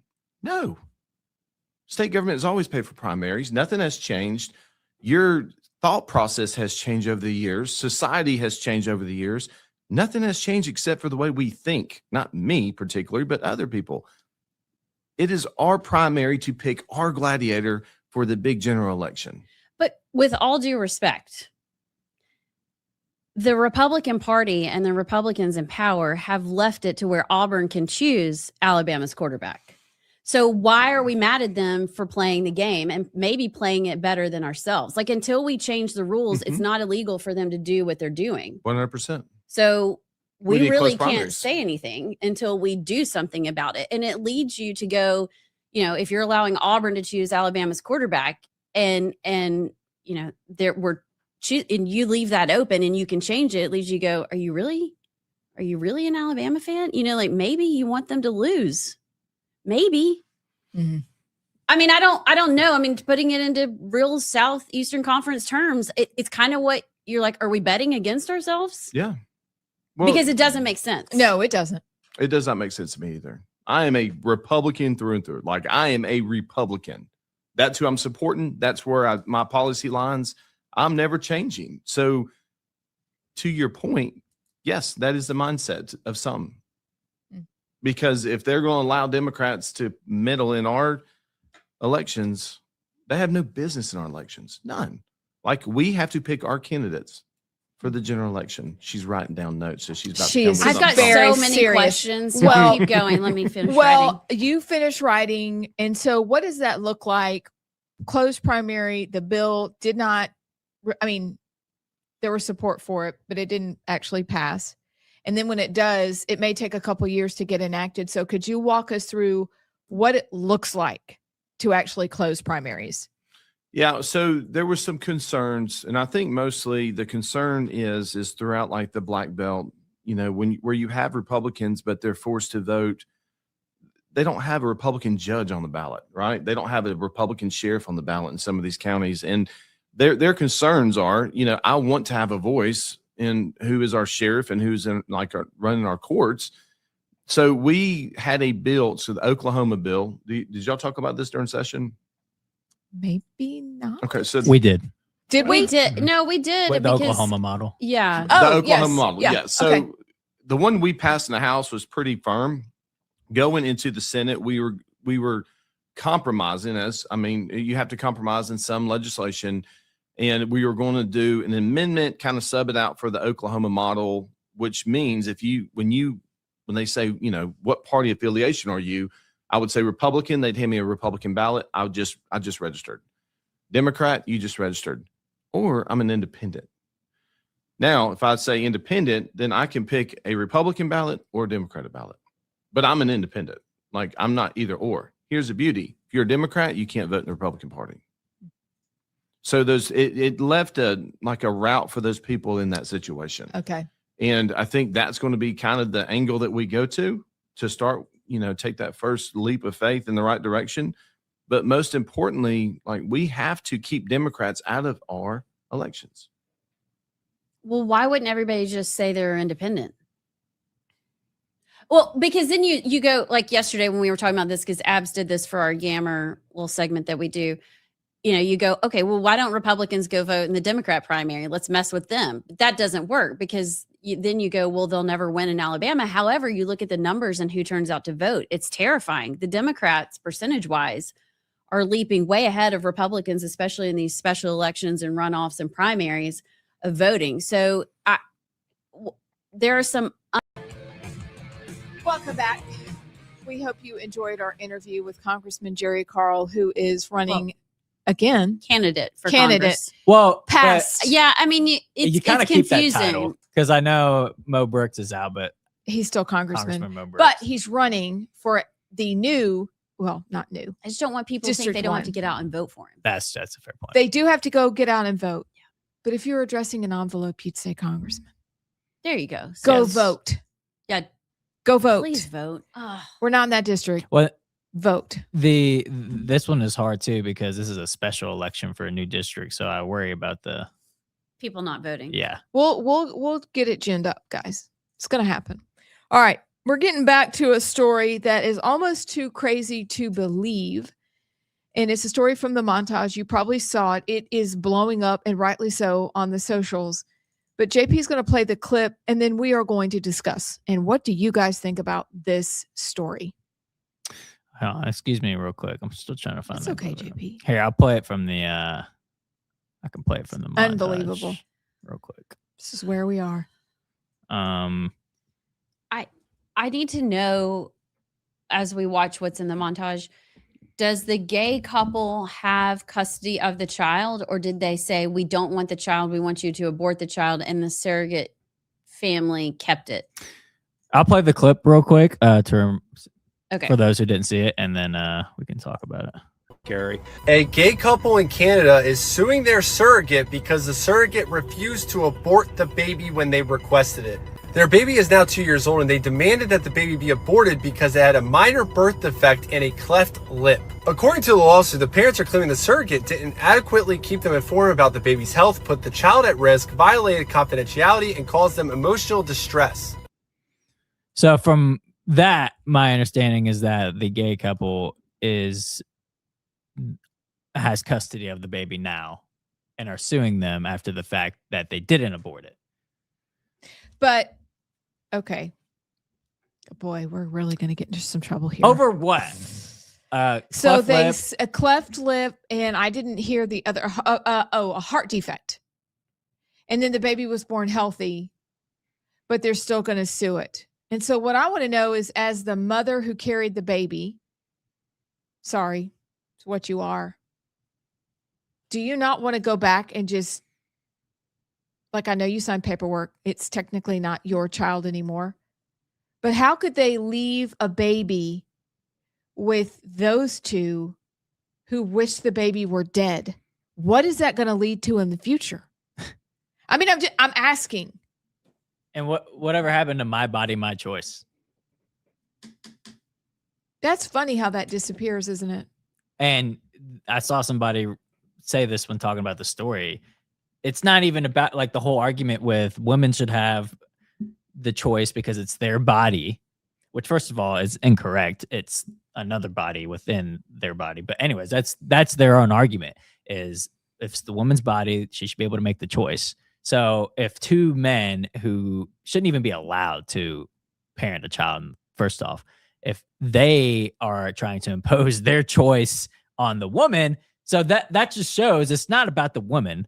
It's not about the woman's choice and women reproductive freedom, which is doesn't make sense within itself. It's actually just about killing babies. It's not about the woman and her body, her choice at all. It's just about the fact of wanting to get rid of babies because they don't deem, oh, you have a cleft lip and you have other little defects, you don't deserve to live at that point. That is the problem. And that actually is exactly the problem with gay parents, is that they're not actually having to birth the child. They're not actually having to take care of the child from the standpoint of they have no stake in it. They just had somebody else have their own baby. And the fact that they don't want to deal with the little defects, they're going to tell the woman to kill it and abort it. It's so contradictory on all levels with their argument with abortion, but it just shows it's not actually about the woman. It's just about killing babies. I mean, you've got to start with a homosexual couple having children. Yeah. I mean, there's so many issues here. There's that issue. There's the IVF kind of surrogate issue. There's the killing a baby issue. There's you hate to say it this way, who owns the baby issue. This is a very complex case, but I'm thinking if you take it all the way to the end, now you got to remember they're in Canada. Who do you think they rule on the side of? The gay couple, and if they want to abort the child, they can kill it because they have the euthanasia. They have the MAID system up there. So should the surrogate womb contributor, what do you call him? Anyway, should she have aborted the baby? Oh. No. Well, we obviously say no, but Canada may rule otherwise. Oh, wait. Yeah. Let me qualify and say no, you don't. But if you think about it, what you're setting it up for is for someone to be able to tell you have to kill another person legally.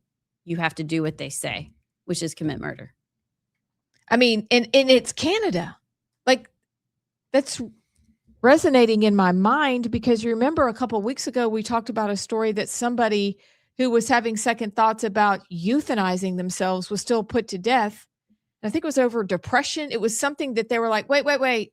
And then they still killed her. This is not outside the realm of possibility. No. That they could rule in favor of the gay couple who should not have these children this child in the first place, because they're telling you they don't want it. But then the other part of this is that here's where you see the evil of eugenics, which is that belief that you can have the science of perfection, the evil science of creating a perfect race. That's Nazis. That's Hitler. And so you go, our view of birth defects is completely out of whack, because how often do you see little babies with any birth defects anymore? They kill them in the womb. They do all the testing beforehand. We want nothing to do with imperfection, to the point that we're willing to kill our children over it. Yeah, and I think that just shows that the child isn't safe with the gay parents, because they have the child. It's 2, and they're still mad that they have the child. Yeah. And it's alive. Like, go get the child. If the parents aren't even able to respect the sanctity of life with their own child, and they're still upset and bitter and suing over the fact that that child that they are being trusted to take care of is not dead, that just shows you that that child does not need to be in that home, because they live a lifestyle that is so selfish and all about me. They can't even respect the fact that they weren't able to kill another human being, and they're upset and suing over it. It's just insane to me.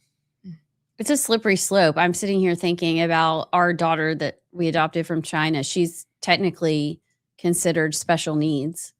And she literally, it's so stupid, but when she was there, the guesses, because, you don't really know any history over there, that when she was going through childbirth, that she had a nerve pinched in her arm. So she has what they call Erb's palsy, which is just, you would never know it. One shoulder is smaller than the other because of a pinched nerve, and she can only lift her arm up, this high. But the Chinese government, because she's imperfect, put her in a special needs orphanage. And when I say special needs orphanage, I mean like severe mental disability. I mean, what we would think of as special needs. And here she was, on this blacklist of real big issues like a cleft lip, and nobody wanted her. And in China, honestly, back in the day, she probably would have been left to die. Not only was she a female, they had the dying rooms, but then she was imperfect.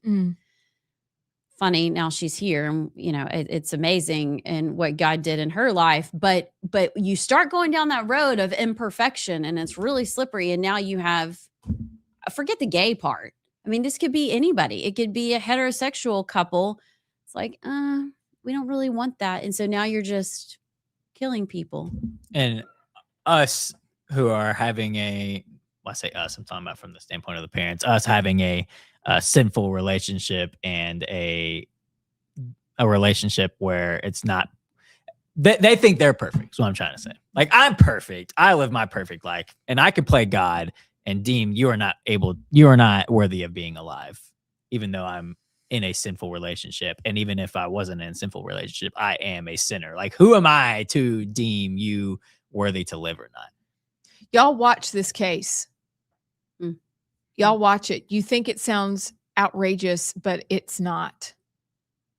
Because there are certain eugenicists who still believe that you have up to 2 years old if you believe in overpopulation and that wicked Malthusian idea that there's too many people here. I mean, Canada's gone lock, stock, and barrel for this. This is not outside the realm of possibility. Watch this case. I have no idea how it's going to turn out. Is it in court? Did you have? I can do some research. Yeah, we'll look it up, because I wonder when they're gonna, if it's like a ruling soon. Flashing hot news. Is it time? I think it is, because I really want to get to this Amy Coney Barrett, because it brings together so many things we've been talking about, and kind of light bulb moment. Okay. But first,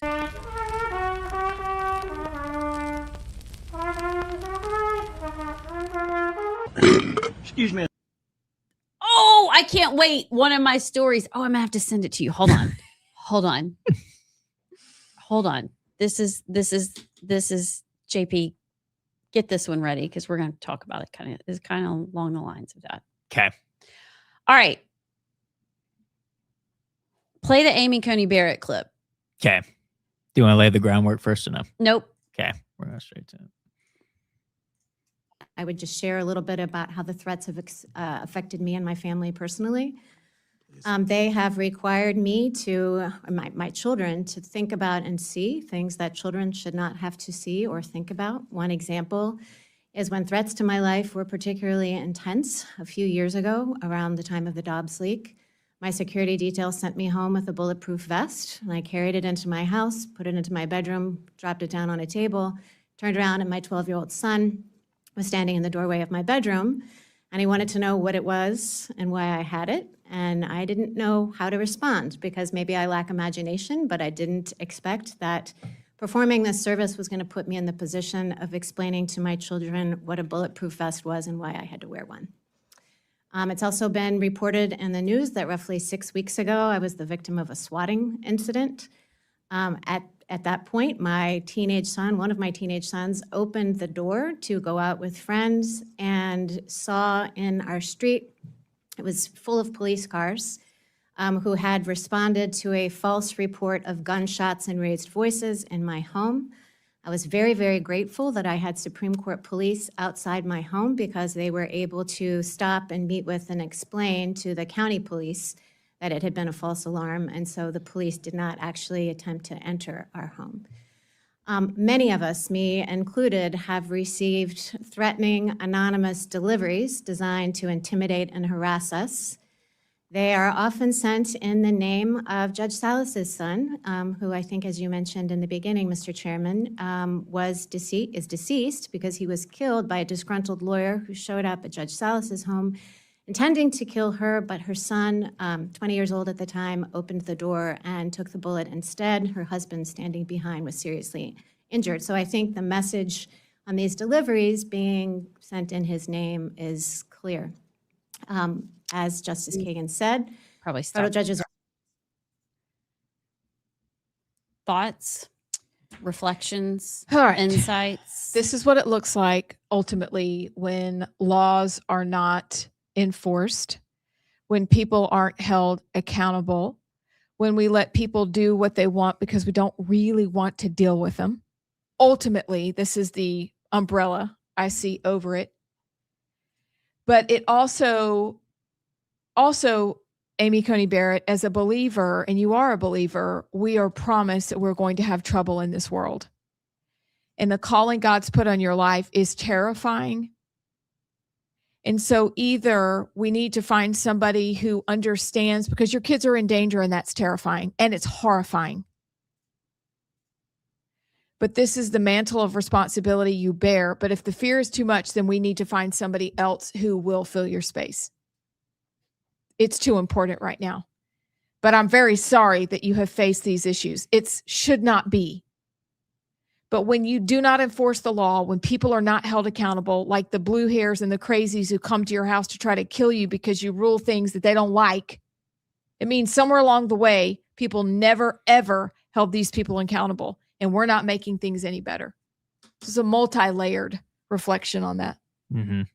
Well, my initial thought is like what you said, that she should have proper protection and security in place if that's happening. But my main takeaway was her comment that she didn't expect taking this job that she would have to be in a position to wear a bulletproof vest.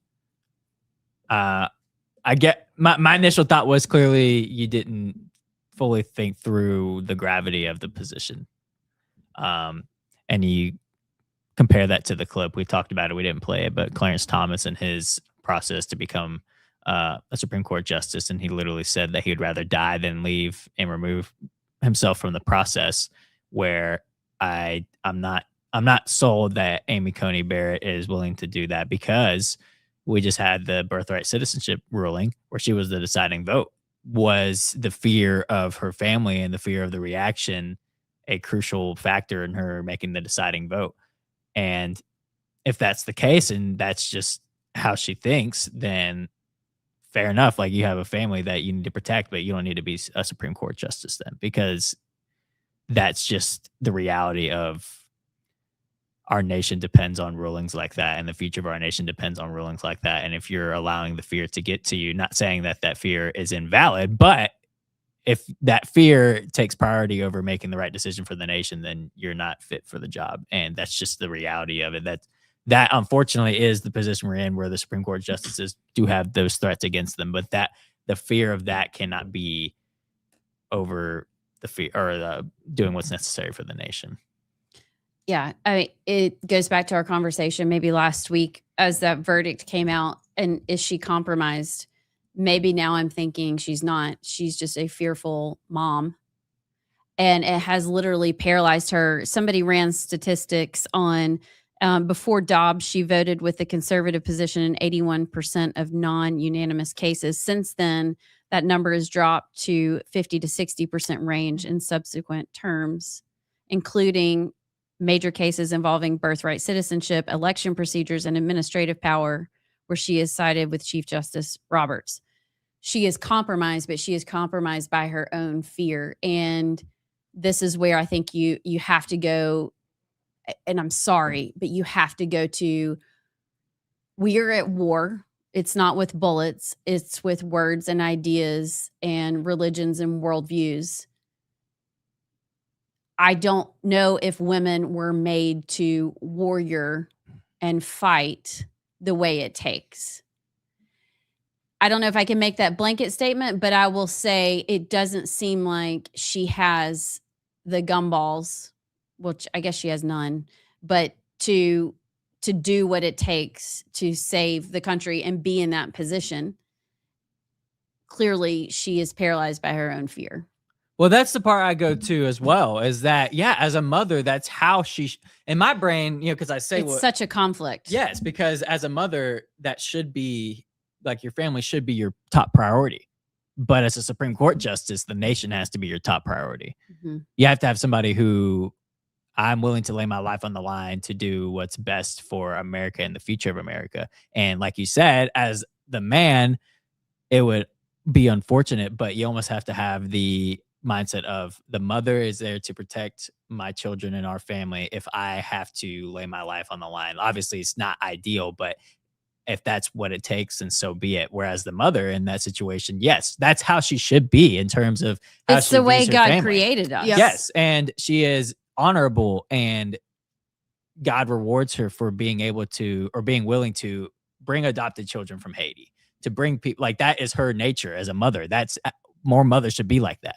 But again, I go back to, not sure if that's where the Supreme Court justices should have their mindset. Agree. So Do you have thoughts on her or women being in that position? I think women can be in that position, though I think it is rare. I think we would look for a woman more like a Margaret Thatcher or a Deborah out of the Bible. Or, like, there's been times throughout history where women have shown exceeding amounts of courage and bravery. But we've become so soft as a nation, and because women are naturally collectivists, then this is going to get at our heart. But this sounds silly, but we are watching Little House on the Prairie, and it was great. And the women of old battled horrifying things, people, animals, whatever, in the protection of their family. We used to, 100 years ago, we were much stronger than we are now. And so this is a different kind of strength. I do believe men are better equipped for this, though there are women who could do it. But I land the same place you do. If she is not able to know that she may have to lay down her life, then she needs to step down, because that fear cannot fuel what you are doing, because you are leading to the destruction of some should be constitutionally protected items, and she can't even do that. And that compromises us as a people. And so I do think she needs to go home. I just do. Put somebody in there who goes, you know what? I may have to lay down my life, kids. Whether that's a mom or a dad. I hope a dad. I think men would be better equipped. That wasn't as hot flashing, but that was worth the discussion. Libs of TikTok is reporting that Michigan State is selling official university t-shirts written in Arabic. No, thank you. Hard pass. No. I think that's all that needs to be said on that one. Chuck Schumer appears to let loose a huge fart on Senate floor. Can you play the clip? Yes, I can play the clip. Now on Iran and the NDAA. When all Is that real? I don't know. I don't know. It's kind of like the video of Hegseth, or not Hegseth. Yes, it It was was. Hegseth, crop dusting the Raising Cane. now on Iran and the NDAA. When That was totally real. I mean, Chris should talk to us about this. When you get older, can you not hold it in? I think when you're younger, you can't hold it in. I think the deal is, how can I talk around this? If you Why? are at a podium and there's nobody behind you, maybe there's some freedom, but you don't realize you're mic'd up and it can be heard. I think it just slipped. I think he. But y'all think that's real? Oh, that's Yeah, 100% that real. sounded real. Listen to it one more time. Wait, hold on, let me go from the beginning. now on Iran and the NDAA. When all 100% real. I That's hope he real. doesn't have the parasite. What if this is the beginning of explosive diarrhea? Well, we'd also hear the rumblings in his tumbly. We'd hear the POV of the Capitol bathroom after Schumer left the floor. What you doing in there, Harry? Shaving.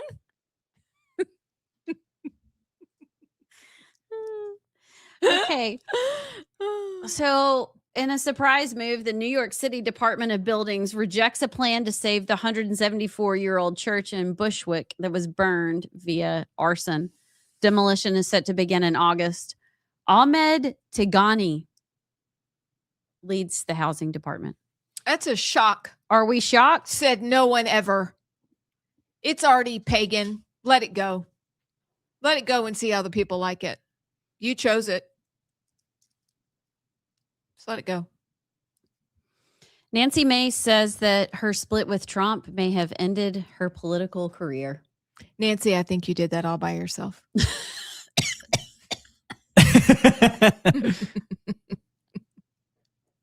Was it the pajama video? Do y'all remember that when she was in her pajamas videoing her getting back to the I mean, Or Or Sure. maybe it was a prayer breakfast where she talked about Oh. her boyfriend and Yes. in bed, and I got to get up for the prayer breakfast. So just a little update on South Carolina. This is interesting, which means Ralph Norman may actually run for Senate. I saw that. His competitor, well, another House member, Russell Fry, is the one that Donald Trump came out and talked about and said, I'd really love Russell Fry. That was the rumors. He's younger. He's like 40 because Ralph Norman's 72. Mm. But Russell Fry is already on the ballot to run for his congressional seat in November. And in the state of South Carolina, you can't be on the ballot twice. Oh. So it takes any current legislator that is running again in South Carolina for their seat out of play. And it's looking like it might be a Ralph Norman, Nancy Mace, in which case Nancy Mace polls, I saw a poll, I can't remember if it was on CNN. Ralph Norman was at like 32% if he ran for the Senate seat. Nancy Mace was at 4%. I don't know why she'd do it to herself. But Because she loves herself. Yeah, she does. She loves being in the limelight. she just can't get away, can she? Nope. No.